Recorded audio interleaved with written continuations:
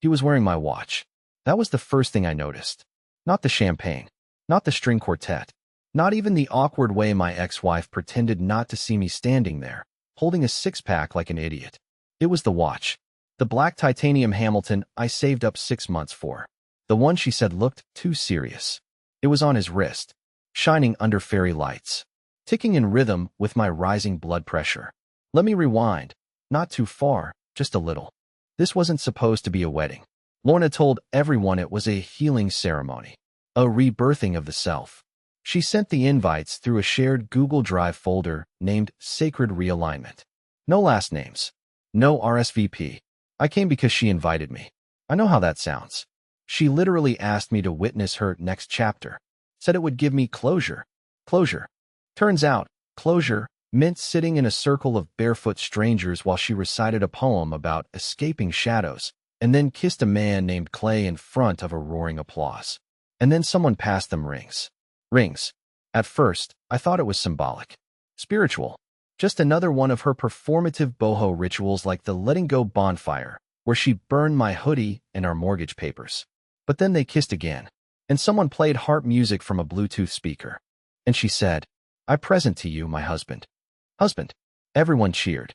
Someone popped rose. A drone flew overhead and took pictures. I stood there, holding my six-pack of non-alcoholic beer, because Lorna doesn't vibe with alcohol now, and watched the woman I'd been legally divorced from for exactly 7 days get married again, to a man wearing my watch. And then I looked closer, and I realized that wasn't the only thing he took from me. I hadn't even sat down yet when someone tapped an empty wine glass with a crystal wand and announced that Clay would now share a few words. Clay. My replacement had a name straight out of a failed country band. He stood up, barefoot, in cream-colored linen pants and a vest with no shirt underneath. And I kid you not, he had a feather in his hair. A single, ridiculous, dangling feather. He reached out for Lorna's hand and said, "Lorna is the rhythm I didn't know my spirit danced to." I almost gagged. Everyone around me nodded like they were watching Shakespeare performed by angels. Then he added, "I used to be asleep. She woke me up." I knew that line. She said that to me when we first moved in together. Word for word. Only back then, it made me believe in us. Now it made me realize she just recycled soulmates like Pinterest boards. But here's where things twisted. After the ceremonial kiss, which lasted way too long for my sanity, Clay began offering heart readings to the guests. People lined up. One by one, he'd hold their hands, close his eyes, hum something between a Buddhist chant and a car engine trying to start, and then tell them things about themselves that made them cry. One woman sobbed because he said her womb held unspoken wars. A grown man collapsed when Clay whispered, "Your father loved you. He just didn't know how to show it." I kept thinking, this guy's a hypnotist, or a cult leader, or both, and they love him for it. Lorna came up behind me while I was still processing Clay's psychic open mic session and said, "Isn't he powerful?"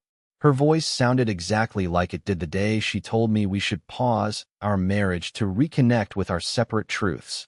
I remember thinking at the time that it was just a phase, that she'd come back, that we were a season, not a breakup. But watching her now, smiling like a goddess in a dress that looked suspiciously like the one I once bought her for a gala she ghosted me for, I knew I was no longer even a footnote in her story. I asked, "Where did he get that watch?" And she blinked. Then she laughed. "Oh," she said, "you left a box when you moved out." Clay liked the vibe. Liked the vibe? That watch had my initials engraved on the underside. It was a graduation gift from my brother. It survived 3 jobs, 2 surgeries, and 1 dead cat. And now it was a vibe. Before I could say anything else, Clay floated over. Literally, I don't know how else to describe his walk. Like a man gliding through incense. He reached out and hugged me. Just hugged me. Without asking. And whispered, "I honor the past you built for her." I couldn't breathe. Not because of the hug. Because as he pulled away, I saw the tattoo on his wrist. And suddenly, it all made sense. It was a small thing. Just a triangle. Inked sharp and clean on the inside of his left wrist. But it stopped me cold. Because I knew that tattoo. I'd seen it years ago. I'd traced it with my finger once. Only back then, it was on someone else's skin. Clay must have noticed me staring. He pulled his sleeve down casually. Too casually. Like it wasn't a reflex he'd done 100 times before. But it was too late. The image was already burned into my brain. That triangle. I recognized it from a photo on Lorna's old phone. A blurry, zoomed-in picture I once saw for a split second before she yanked the screen away. I'd asked who it was. She said it was some random musician she met at a drum circle. Nothing serious. He's like spiritually married to his music, she said, like that meant he didn't count. But now he was spiritually married to my wife, wearing my watch, giving my guests therapy under string lights and singing bowls. And I was supposed to sit here and drink cucumber water while he stole my whole life? I excused myself and walked away fast, past the hanging tapestries, past the table of raw vegan snacks. I needed air. I needed to scream, or cry, or punch something biodegradable. Instead, I ended up in front of a vision board someone had set up by the fire pit. Guests had scribbled things like abundance, freedom, and sexual sovereignty on sticky notes and pinned them beside Polaroids of themselves holding crystals. Lorna's note said, "Finally rising into the love I always deserved." I didn't know whether to laugh or vomit. That's when Nate called me, my only real friend who hadn't picked sides during the divorce. I told him everything, from the watch to the wedding to the tattoo. He went quiet for a moment, then said, "Kurt, I don't know how to tell you this, but I think I've seen that guy before. Not just once, multiple times. With Lorna, at that smoothie place on Park, way before you two even split." I could feel my stomach drop. I remember that smoothie shop. Lorna always said she went there alone after yoga, that it was her quiet place. Turns out it was quiet because she was busy rebuilding her life with a man who probably didn't own shoes. But here's the part that broke me. Nate sent me a screenshot. An Instagram post, dated 5 months before our divorce. Clay and Lorna, mid-hug, glowing under sunlight, tagged together at a weekend retreat in Sedona. Her caption, "When you find your mirror." Mirror. 5 months. That means everything she told me was a lie. The business trip, the cousin's birthday, the accidental phone shutoffs. It wasn't bad timing.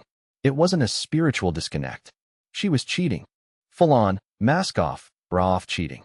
I stormed back to the ceremony. My legs were trembling, but my head was buzzing with something close to clarity. I was going to confront them. I didn't care if it ruined the moon energy or whatever fantasy they'd cooked up. I just wanted answers. Or revenge. Or maybe just 5 uninterrupted seconds of honesty after a decade of playing the loyal fool. But the moment I reached them, Clay looked me dead in the eyes, like he'd been expecting me, and said, "You're ready now, aren't you?" And I swear to God, I still don't know what he meant. I stood there blinking, like my brain needed a few extra seconds to download what he'd just said. "You're ready now, aren't you?" What the hell did that mean? Ready for what? To implode? To give him a thank you card for stealing my wife and turning her into a hemp-scented oracle? I opened my mouth to ask. Anything, really, but Clay cut me off. "I know it hurts," he said, with that same condescending calm people use when they want you to stay quiet. "But pain is part of transformation." Then he placed a hand on my shoulder like we were teammates or old friends, and added, "You have to lose the illusion to find the real you." The real me? I didn't come here for a cult initiation. I came because I thought I was being invited to a weird poetry circle. Instead, I was now standing in a full-blown commune of people who thought heartbreak was a form of enlightenment. And at the center of it was Clay, smiling like he hadn't just bulldozed my marriage and claimed it was spiritual landscaping. Lorna came up beside him and reached for his hand, completely ignoring me like I was just some ghost from her past life. That's what she used to call people she cut off, past life people. Looks like I'd finally made the cut. I wanted to yell at her, scream something dramatic and satisfying like, "He's a liar," or "He's using you." But the truth was, I didn't know if that was even true anymore. Because as I looked at Clay, his ridiculous feather, his smooth tone, the way people circled around him like moths to flame, I realized something terrifying. He believed his own crap. This wasn't a scam. Or at least, not just a scam. Clay wasn't just pretending to be some sage. He thought he really was one. And worse, they believed it too. All of them. Lorna included. The woman who used to binge-watch crime shows in sweats with me now spoke in affirmations and refused to say the word problem. I remembered the day she told me that masculine energy needs to learn how to receive. I thought she was quoting a podcast. Now I realized she was quoting him. But I still had one question left. One I'd swallowed for months. So I asked, quiet but sharp, "How long, Lorna?" She glanced at me like I was a dog that had just peed on the carpet, more pity than guilt. "Don't do this," she whispered. But I didn't back down. "How long were you with him before we split?" She paused, a single beat, then said, "It's not about time, Curtis. It's about frequency." That's when something in me cracked. I laughed. Loud. Ugly. It came out of me like steam from a busted pipe. People turned. Clay looked amused, like I was fulfilling a prophecy. And maybe I was. Maybe this was always going to happen. Me, standing alone in a backyard full of strangers clapping for my ex-wife's spiritual glow-up while I unraveled like a dollar store candle. But then something happened. A guy, one of the guests, came up to me after the ceremony ended. He looked about my age, maybe older, and he said, "You were married to her first, right?" I nodded, still dizzy. He hesitated, then said, "Just be careful, man. Clay's not what he looks like. He wasn't always like this." I blinked. "You know him?" He looked around like he wasn't supposed to say anything. Then he leaned in and muttered, "We were roommates. 6 years ago, before he went off-grid." And then he walked away. Just like that. No explanation. But I knew in my gut, that was the next thread I had to pull.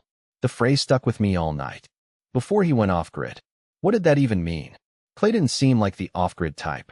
He seemed more like the guy who lived off everyone else's grid. Charming, spiritual, self-invented. The kind of person who burns bridges and calls it a bonfire ceremony. But that sentence, that pause before the guy said it, I could feel it rattling inside my chest like a small animal trying to escape. After the ceremony, most people drifted toward the pop-up meditation tents or wandered off to take sunset selfies with Clay and Lorna like they were spiritual influencers on a sponsored retreat. I, meanwhile, sat in my car with the engine off, my phone in my lap, and a racing heart. I Googled Clay plus Sedona plus retreat plus triangle tattoo. Nothing came up. Then I remembered Clay was probably a fake name. Of course it was. His real name was probably Chad or Kyle or Derek, and he'd reinvented himself after a bad breakup or a failed startup. I almost gave up until I remembered the triangle. It wasn't just a triangle. It had 3 tiny dots in the center. Not just an aesthetic choice, I realized, but something symbolic. I searched triangle tattoo with 3 dots meaning, and fell into a rabbit hole I wasn't ready for. Prison tattoos. Cults. Esoteric spiritual groups. Then, finally, I found a forum post, 7 years old, with a blurry photo of a man who looked exactly like Clay, except thinner and clean-shaven, wearing a suit, and standing next to a whiteboard with the words Neo-Ascendancy. Level 2 scrawled behind him. The thread was short. Only a few comments. Most of them were from people claiming they'd been part of the group before it imploded. No real names were mentioned, just fragments. He made us cut off our families. Said reality was an illusion he could rewrite. Told us if we left, we'd never find joy again. One comment simply read, "He made me give him everything." Then he disappeared. I stared at the screen for a long time. Clay wasn't just a hypnotist with a crystal collection. He was dangerous. And somehow, Lorna had walked straight into his arms and thought it was a miracle. The worst part? I couldn't warn her. I knew her. If I so much as texted her a link to that forum, she'd block me and probably post an Instagram story about toxic exes who can't let go. She was too far gone. She wanted to believe in him. But I couldn't shake the feeling that this wasn't just a spiritual rebound. This was something deeper. Something she wasn't even aware she was inside of. I thought about calling Nate again, but it was late, and I didn't want to sound crazier than I already looked. So I scrolled through the comments again, this time noticing a name buried in one of the replies. "Ask Jules if you don't believe me." No last name, just Jules. But it was a lead. I spent the next hour bouncing through usernames, hashtags, and even old Facebook groups until I found a profile, Jules Barringer, former member of Neo-Ascendancy. Last known post, 2 years ago. A video, captioned, "This is my truth. I'm tired of hiding." I clicked play, and suddenly, everything I thought I knew about Clay, about what he was, who he was, shattered. Because in that video, Jules wasn't talking about healing. She was talking about control. The video was raw. No music, no filters, no carefully curated aesthetic. Just Jules, sitting on what looked like the edge of a mattress in a nearly empty room. Her eyes were hollow in that way people look after they've cried too much and run out of energy. Behind her, a window with closed blinds leaked just enough light to show moving shadows. Cars maybe, or people walking by. Life continuing. But not for her. She didn't start with a greeting. No intro, no backstory. Just straight into it. If you're watching this, you probably think he changed. Or that I'm bitter. That's what he wants you to think. But I'm not bitter. I'm terrified. And the worst part? I still miss him. That line hit me harder than I expected. Because suddenly, I wasn't just watching someone else's story. I was seeing my own reflected back at me, like some kind of emotional mirror I hadn't asked to stand in front of.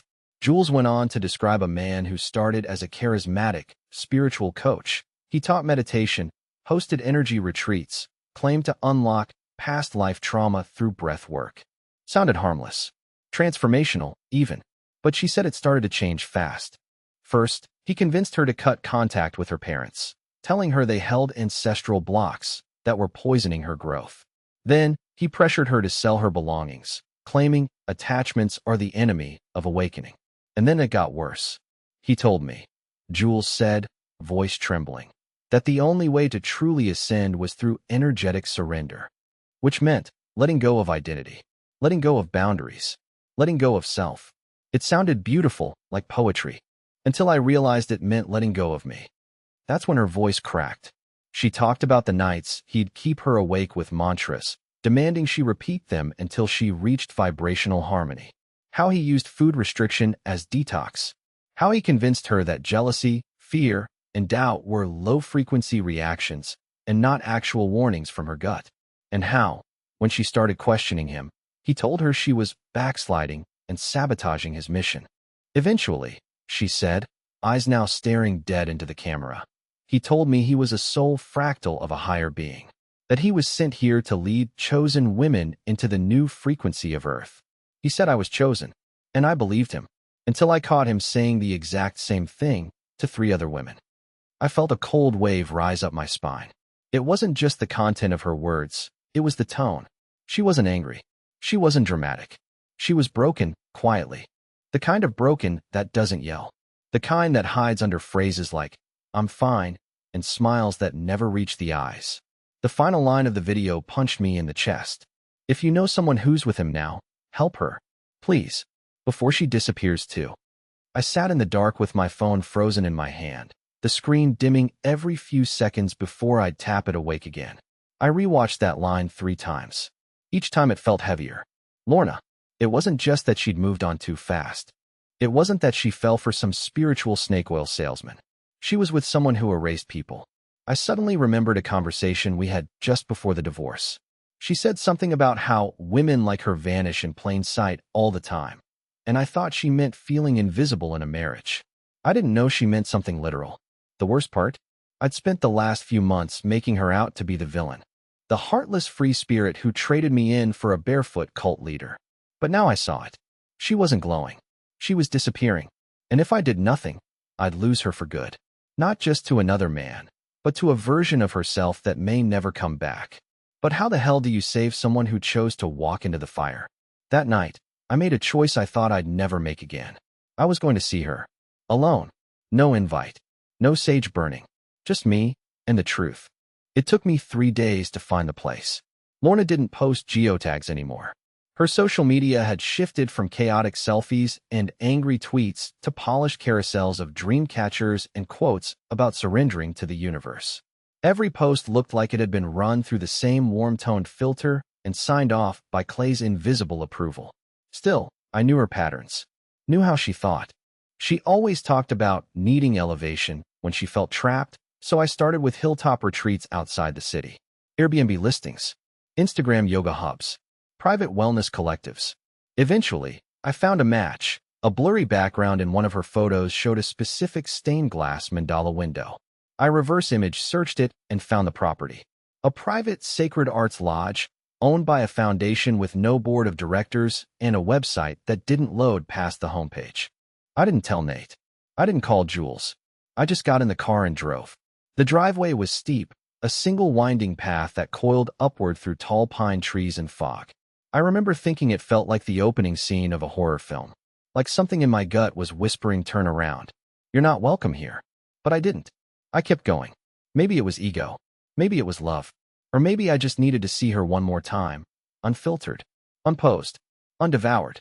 The house was bigger than I expected, not in size, but in presence. It sat at the top of the ridge like it knew things. The architecture was rustic meets fantasy, all curved wood and glass, with hanging crystals in every window, catching the light and refracting it in ways that made your brain feel a little fuzzy. It didn't look like a home. It looked like a stage. I parked off to the side and knocked, not knowing who would answer. I half expected Clay, shirtless and glowing, to float out with a glass of kombucha and call me brother. But instead, it was Lorna. And for a second, everything in me froze. She looked like her, but not. Her hair was longer, braided in some intricate pattern with little beads tied in. She wore a flowing white tunic and no shoes. Her eyes, once so expressive, were vacant, distant, like she was watching me from a fogged-up window inside herself. "Curtis?" she said, blinking like she wasn't sure I was real. "I need to talk to you," I said. "Alone?" She hesitated. I saw her glance over her shoulder. I couldn't see anyone else, but I felt him in the house. The way you feel a predator before you see it. She looked back at me and nodded slowly. "We can walk." We took a narrow dirt path that curved behind the house and into the woods. I didn't speak at first. I wanted her to say something. Anything. But she just walked, calm and quiet, like she was guiding me through a dream. When we reached a small wooden bench in a clearing, she sat, folding her hands in her lap like a statue. "Lorna," I said finally. "I know who he is. I've seen the stories. I've watched the video." She didn't flinch. "I saw what he did to Jules. Still nothing. And I know you think you're in control," I said, voice cracking. "But you're not. You're disappearing. You're not the woman I married. You're not even someone I recognize." She looked up at me then, and what I saw nearly broke me. Her eyes were full of tears, but she wasn't crying. She looked like someone who wanted to cry but had forgotten how. She opened her mouth, and what she said next cut through me like a razor. "I know. Just that. I know." "You know?" I repeated, stunned. She nodded slowly. "Curtis, do you think I don't see it? I know he's not who he says he is. I know he lies. I know he's manipulative. But when I left you, I had nothing. No identity. No passion. No sense of who I was. And he gave me purpose. Even if it's fake. Even if it's poisoned. At least it feels like something." I couldn't breathe. She continued. "I don't believe in him, Curtis. I believe in the version of me I am when I'm with him. And I can't go back to being nothing." "You were never nothing," I said, almost yelling now. "You were lost. And I was too damn scared to admit I was lost with you. But this is not healing, Lorna. This is surrender. And not the kind you preach. This is extinction." She stood. Her lips trembled. And for one brief second, she reached for my hand. "I wish I could undo it," she whispered. "But he's not going to let me leave." And that's when I heard it. The unmistakable sound of footsteps behind us. I turned. Clay was standing there, smiling. Clay didn't speak. Not right away. He just stood there, barefoot as ever, arms loose at his sides, head tilted slightly like he was evaluating the tension in the air the way a weatherman reads clouds. Lorna dropped my hand the moment she saw him, stepping back as if caught in something shameful. My instinct screamed at me to confront him, to tear into him with every dark truth I'd uncovered, to expose the fraud standing in front of us both. But something about the way he looked at me, calm, smug, unbothered, told me that wouldn't work. This wasn't a man who feared truth. He just rebranded it. "Curtis," he said softly, like we were old friends meeting by coincidence. "Still chasing ghosts." "I'm here for her," I said, planting my feet. "You know exactly who you are and what you've done. I don't care how you sell it, how you dress it up in mantras and chakras. I've seen what you really are." And so has she. His expression didn't change, but I noticed the smallest flicker in his eyes, a twitch of calculation. "She's free to leave whenever she chooses," he said, falsely sweet. "No," I snapped. "She's free to leave now. Today. And you don't get a say." There was silence. Then he turned to her, slow and deliberate. "Lorna," he said, "do you feel unsafe with me?" She didn't answer. "Have I ever hurt you?" She flinched. It was tiny, but real. I watched her breathe in, deep and trembling. She looked at me, then at him, then at the path behind us. And then she ran. It wasn't dramatic. She didn't yell or cry or curse the sky. She just moved. Fast. Desperate. Toward the house. Toward the car. toward whatever part of herself still remembered what it was like to choose.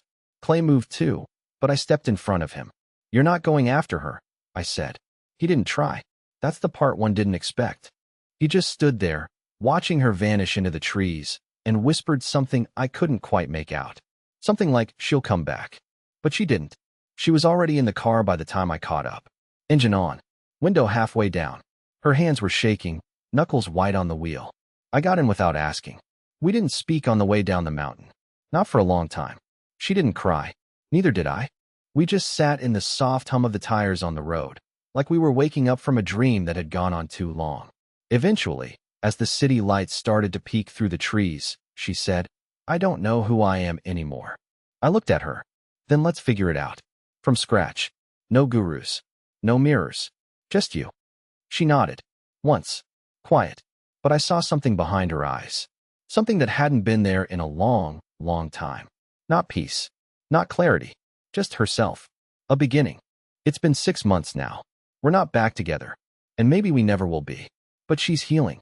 On her own terms. Slowly. Honestly. She has her own apartment.